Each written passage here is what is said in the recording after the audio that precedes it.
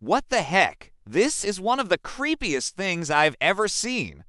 This is a forest near my house. It snowed last night, and now the trees are covered in a thick layer of snow. But something even weirder is going on here. This part of the forest is actually closed off with police tape. And if you look closely, you can see that the police tape is glowing. There are 2 patrol cars parked nearby with their flashing lights on, but it doesn't explain why the police tape is glowing. It's like a crime scene or something, but again, there's no cars or people around. It's just this creepy forest with a glowing police tape. I don't know about you, but this is giving me the heebie-jeebies. I don't want to touch it. We should probably leave this alone. This is why investigators kneel in the snow. In the cold winter months, investigators will sometimes be called to a scene where there is a lot of snow on the ground. And because of this, they have to kneel down in order to place evidence markers. You see, when there's a crime scene and there's snow on the ground, it can be difficult to see the evidence. So investigators will kneel down, place a marker, then take a sample of the snow to see if they can find anything. And the reason they kneel down is because when you're kneeling, you're not touching the scene with your body weight. So you're less likely to contaminate the area. Also, by placing the marker in the snow, it helps preserve the evidence. This way, if someone else comes along and sees the marker, they will know not to touch the area. And finally, by kneeling down and being careful, investigators can actually see more in the snow. They can see the victim or the perpetrator's footprints more clearly, which can help them determine what happened at the scene. This is one of the most mysterious places I've ever found while exploring. I was out looking for a lost Dutchman's gold mine when I stumbled upon this frozen stream. The ice was so thick that even my boot couldn't break it. And then I saw these footprints in the snow leading up to the ice. Someone or something had walked across the frozen stream, but who? There were no other signs of life besides these tracks, not a single bird or animal. It was like the entire forest was frozen in time. As I followed the footprints, they led me to a clearing where there was a small fire pit and some rocks. And then I saw it, a small, intricately carved wooden box hidden under some leaves. I carefully opened the box and found a bunch of old documents and a key. The documents were filled with cryptic messages and symbols, and the key seemed to be an old skeleton key that would fit into one of the mine shafts. What I found here was unlike anything I'd ever seen before. And to be honest, it's one of the creepiest things I've ever stumbled upon in my life. This search dog is sniffing through the icy brush to find a lost hiker. The wind is howling and the snow is falling, but this dog is not giving up. This dog is a bloodhound, and bloodhounds have an incredible sense of smell. They can track scents over long distances and through all kinds of terrain. In this video, the bloodhound is searching for a lost hiker in the snowy mountains. The hiker has been missing for days, and the bloodhound is able to pick up their scent again. The dog leads the search party to the missing person's car, and they are soon reunited with their friends. Bloodhounds are often used in search and rescue operations, and they have a remarkable success rate. These dogs are truly amazing, and we can learn from their dedication and perseverance. If you like happy endings, stay tuned for more. What do you do when you find a box full of bones in your attic? You call the police, obviously, and this detective is doing just that. But instead of dusting off the bones, he's holding a flashlight over them. These are the bones of a man who had been missing for 25 years. And the only reason they were found now is because the house had been sold to a new owner. And if you're wondering why the bones are in such good condition, it's because they were actually buried in concrete. The previous owner had poured concrete over the bones to make a really heavy table, but eventually the concrete started to crack. So the new owner called the police to come and investigate. And that's why this poor guy's bones got their 15 minutes of fame. That's 1 minute. See you tomorrow. What is this? As someone who spends a lot of time outdoors, I come across a lot of interesting things. This is one of the more mysterious things I've found. I was hiking in the Beartooth Wilderness in the early 2000s when I came across this.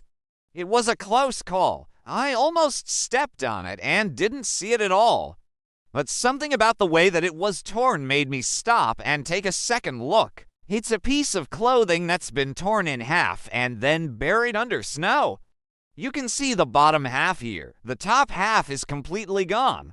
What's really strange is that the way that it's torn makes it look like a person is wearing it. If you look closely, you can even see what looks like a boot print right here. I don't know if this is some sort of art installation or if it's just a very realistic mannequin wearing a very expensive coat. What do you think? Let me know in the comments below. What's inside this body bag? The forensic team just lifted a body into a body bag? Let me tell you what they found. This is an 82-year-old woman who was reported missing 3 weeks ago.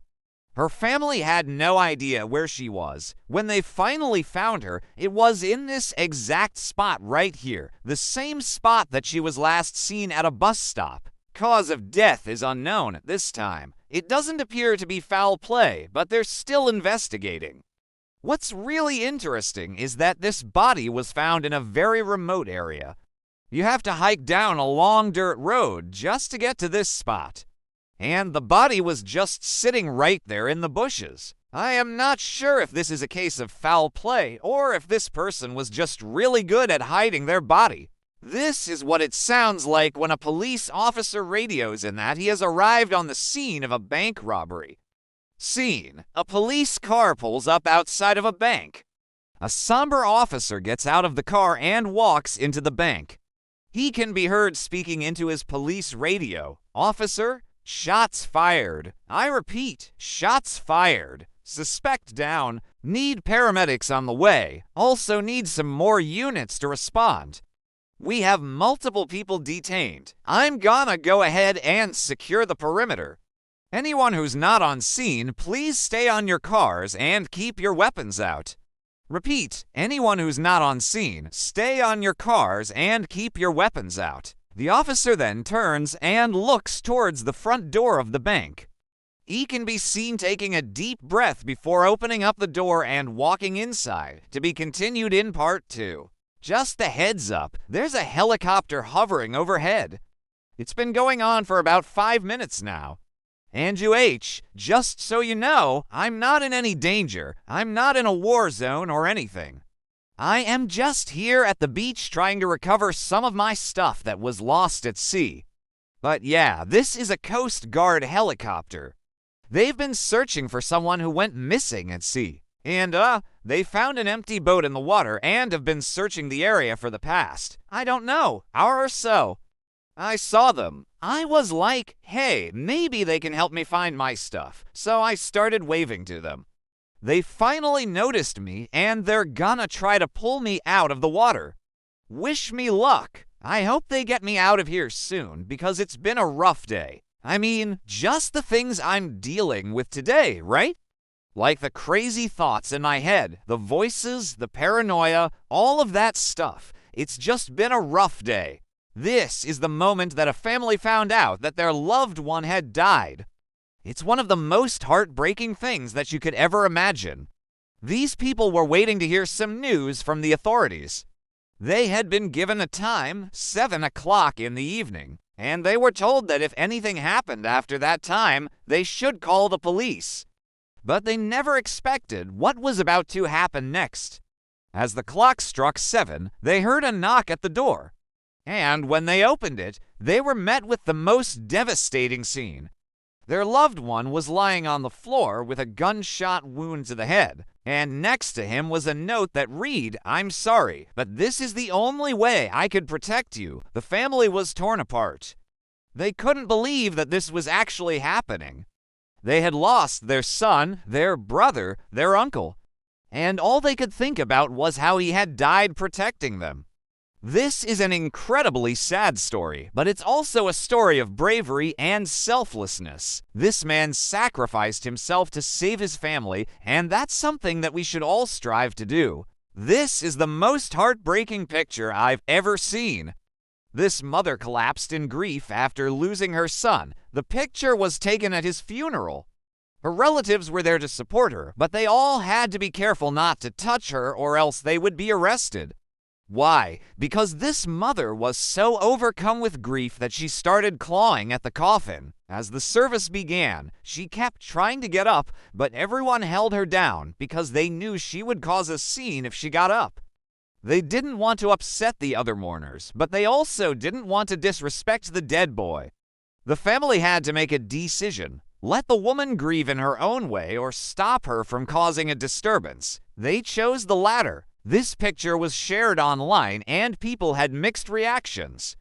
Some said the relatives were right to hold her back, while others said they should have let her go.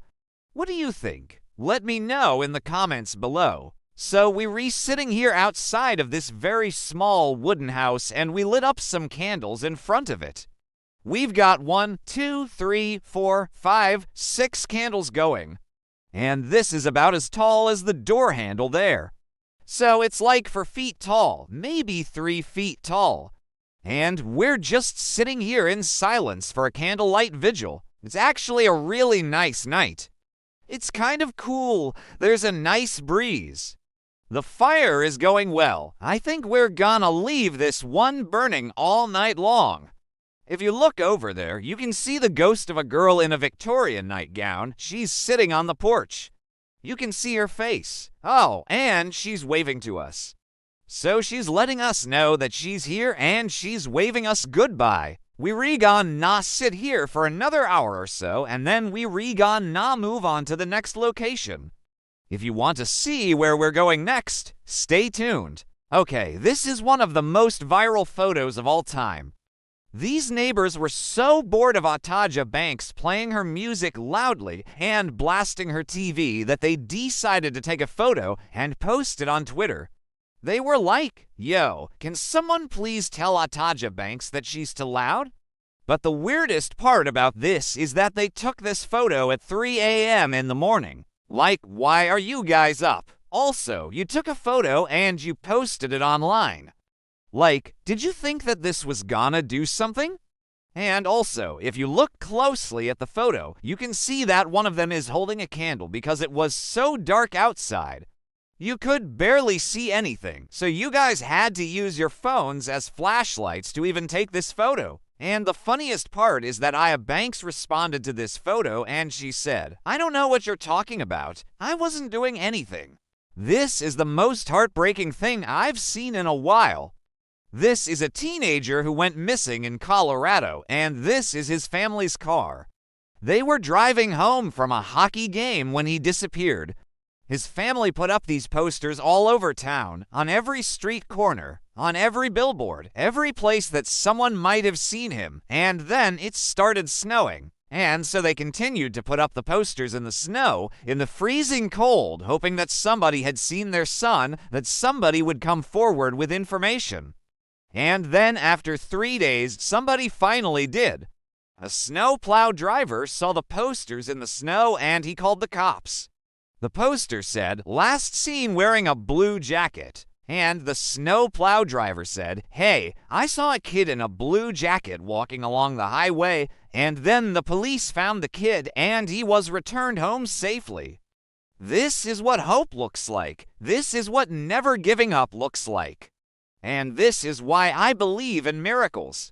So this is what it looks like when the media gets a hold of a crime scene. These vans are full of reporters and cameras. They're just about to roll up to the crime scene. You can see all of the lights flashing. There are so many of them. They're gonna get out here.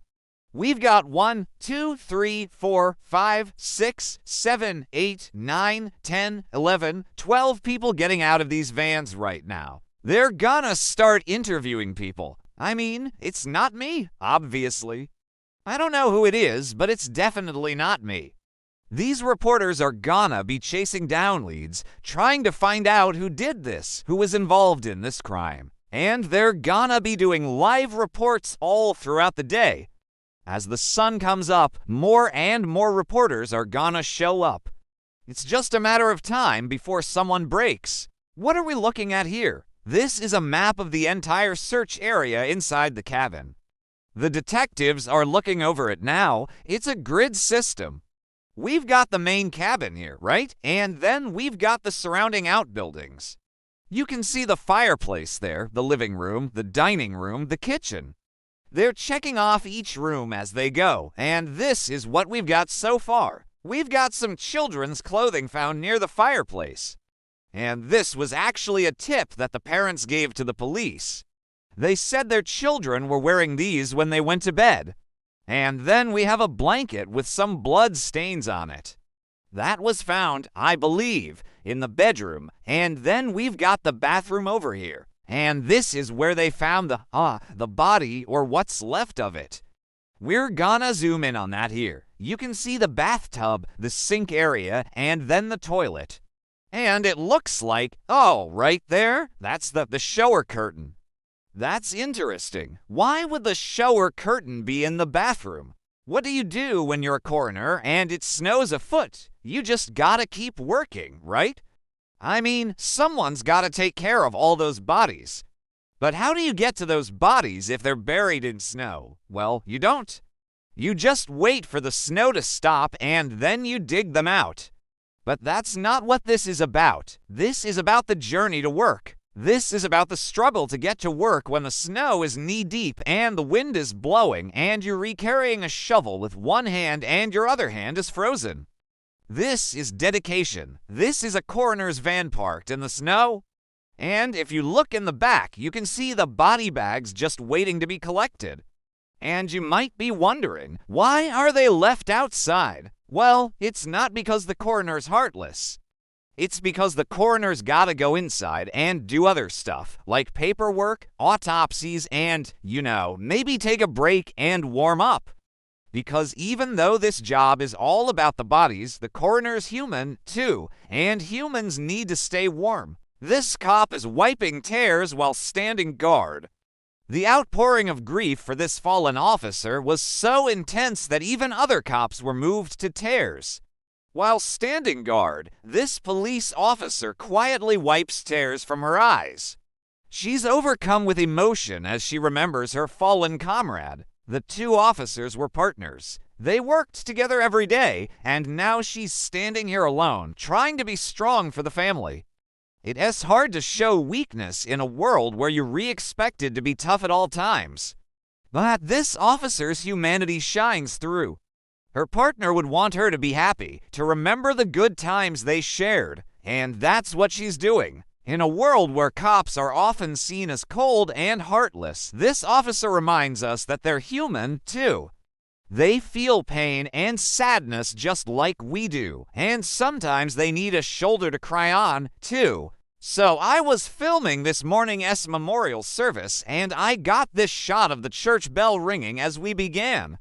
It's a beautiful, haunting sound that resonates with the solemnity of the occasion. The bell is an old one, probably dating back to the 1800s, and it's still in perfect working order. Every time I hear it ring, I think of those famous words from the movie Gladiator. Are you not entertained? Because this bell has such a powerful, commanding sound that echoes throughout the valley. It's a sound that demands attention, and it never fails to move me. In this video, I wanted to capture the sound quality and the way it resonates in the old wooden bell tower. I hope you find the video and the audio quality to be pleasing. And if you do, please consider following for more content like this. Thanks for watching, and I'll see you next time. This is the most beautiful thing I've ever seen. There's a framed photo of Ataja surrounded by candles and flowers. It's like something out of a movie. The way the light is hitting the photo, the way the flowers are cascading down, it's just so beautiful. And then I saw this close-up of Aya's face, and I couldn't help but notice how peaceful she looks. Like she's at peace with herself, with her surroundings. There's no sadness in her eyes, only joy and contentment. And I think that's what makes this picture so powerful.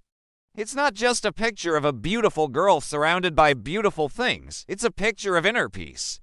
I hope that one day I can find that kind of peace, that kind of stillness within myself. Because when you look into AGA's eyes, you can see that she's found something that many of us spend our entire lives searching for, and it's just so beautiful. This classmate of mine placed a teddy bear at a memorial site. It was the most random thing ever. There was this one time that we had a class trip to this memorial site. And while we were there, my classmate took it upon herself to place a teddy bear at one of the memorials. And it was just so random because, why would you bring a teddy bear to a memorial site? And then later on, when we were all leaving, she took the teddy bear with her. But before she did, she turned around and stared at it for a really long time. And I think she was just taking in the moment of what she had done. Because the thing is, no one had ever done anything like that before. And I think she just wanted to be the first person to do something so that people would remember her. And honestly, it worked, because to this day, no one has ever forgotten about the girl who brought the teddy bear to the memorial site. This is one of the loneliest places on Earth. There's a snowy mountain in the background. That's what makes it so sad. There are two main reasons why this place is so lonely. The first one is obviously the mountain. It's just there in the background. It's like a big white spot. And we as humans, we always want to go over there. We always want to go to that white spot. But when you get there, you realize it's just a mountain. It's just a big, snowy mountain. And then you feel even more lonely because you have all this snow around you and no one else. The second reason is the lake. The lake is frozen. No one's out there. There's no life. It's just a barren, frozen lake. And the only thing that moves is the wind. So yeah, this is one of the loneliest places on Earth. If you want to see more of it, just search for more lonely places. The detectives entered the diner and approached a man sitting at one of the tables. He was a potential witness in the case they were investigating. "Excuse me," said one of the detectives. "We need to ask you some questions." The man looked up, surprised. Sure." The detective sat down across from him and leaned forward. "Do you know the victim?" "The victim," the man replied, shaking his head. "No, I don't. I'm sorry. I wish I did. Maybe if you guys need, someone to identify the body, I could do that." The detective shook his head. "No, you don't know the victim? You weren't close to him. Why would you say that?" The man shrugged. "I don't know. I don't want him to be identified. That's not right." The detective stood up. "All right, man, we'll take it from here." As the detectives were leaving, the man stood up and called after them, "Hey, can I get some water?" I haven't had anything to drink today." One of the detectives turned around and looked at him for a long moment before replying, "Sure. Here's something really cool. This is a diary page from Ataja." Now, normally when you think of Ataja, you think of the big reveal, the big iconic scene. But what's interesting is actually the way that she writes. So this is her diary. She wrote this herself. And it's just really cool to see the way that she writes. It's very spidery. It's very cursive. It's very detailed. You can tell that she put a lot of effort into her handwriting. And it's just really cool to see that, someone who is so famous and has done so much, for the world, for humanity, you could say, left this behind. This is all that she has. It's just her thoughts and her feelings in this little diary. It's really cool. It's a very intimate moment to see this. And it's a really cool artifact from the past. This is creepy. A missing person's flyer was found pinned to a frosted window. The person in the photo is 23-year-old Maria, who went missing 3 months ago. Her family has been desperately searching for her ever since. But there's something strange about this story. The window that the flyer was pinned to was inside an abandoned house. And when the police searched the house, they found some very disturbing things like children's toys, women's clothing, and a fireplace that was covered in what appeared to be blood. The family had no idea that she had been to this house or even that it existed. And as far as they know, she wasn't friends with anyone who lived nearby. It's possible that Maria met someone at this house, but who could have done this to her? And why? The police are still trying to figure that out. But in the meantime, if you have any information about where Maria might be, please contact the authorities. Tonight, a TV news anchor had to leave the studio. I was in the middle of reporting on some breaking news when suddenly the floor beneath us started shaking. At first, I thought it was an earthquake. Then I realized it was coming from inside the building. As I looked around the studio, I noticed that all of the lights were flickering. The power was going out in different parts of the building. People were starting to run for the hills. That's when I decided to follow the crowd and see what was going on. As I got closer to the elevator, I heard a loud crash, and then the lights went out completely. When I finally got outside, I saw that a crane had crashed into the side of the building. It was lying on the ground next to the news studio, which had its windows blown out. It was one of the scariest things I've ever experienced. But I'm just thankful that everyone was okay. This is the most silent classroom in the world. Welcome to my channel. This is the story of a young boy who went missing. His name was Ataja, and he never came back to class. His desk is right here in the middle. It's covered with books and papers, and you can see his bag right there by the door. But where is Ataja? Well, one day his mom dropped him off at school, and then she went to work. But at the end of the day, when she came back to pick him up, he wasn't in the car. And since then, nobody has seen him. His teachers were so worried about him. They called the police, but they couldn't find him. And his family still doesn't know what happened to him. It's a mystery, just like the Bermuda Triangle. If you like mysteries, then stay tuned because we have more coming up. Here's a photo of a grieving father that I took a while ago. There was a young boy who lost his father a few years back. The father had passed away from cancer. The mother reached out to me because she wanted to do a photo shoot for her son to remember him by, to honor him. And so we went to this park, which was actually the father's favorite park. He used to take the kids here all the time. And we took some photos of the mother and the son together. And then at the end, the mother left and I was just left with the son. And he looked up at me and he was like, "What do you think my dad would have thought of these photos?"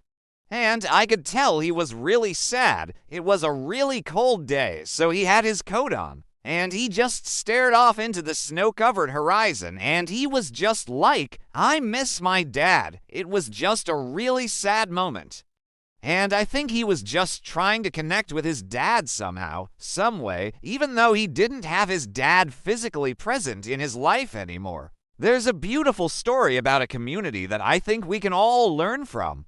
In a small town, there was a group of people who came together every day at the park for a community meeting. They would discuss their problems and pray for solutions. One day, someone had the idea to hold hands while they prayed. So they all joined hands in a circle and prayed. As the years went on, the town grew and so did the crowd at the park. People from all over the world started coming to this town, not only to pray, but to see what it was like. One day, a reporter asked a woman why she was holding hands with people she didn't even know. She replied, "I don't know, I just felt like it." The reporter then asked the mayor, a man who had been part of the group since it started, why they continued to hold hands. He said, "We have to. If we let go, the circle is broken and we're no longer a community." This is such a powerful story because it reminds us that even in the midst of our differences, we can still come together and support each other. This is the last shot of the forest. It has been a long day of hiking, and I am just now getting to see the beauty of it all. The sun's not out, so it's a little haunting. We're gonna pan over to that tree right now. This is where we're gonna end our hike. Just a nice, still shot of the forest. You can hear the wind in the trees. There is a part of me that wishes we would have gotten to see more of the sun today. But this is beautiful in its own way. It's like there's a ghost in here somewhere, and that's what I love about it. That's why I keep coming back to this place to film. There's just something about the isolation of it all that just gets to me.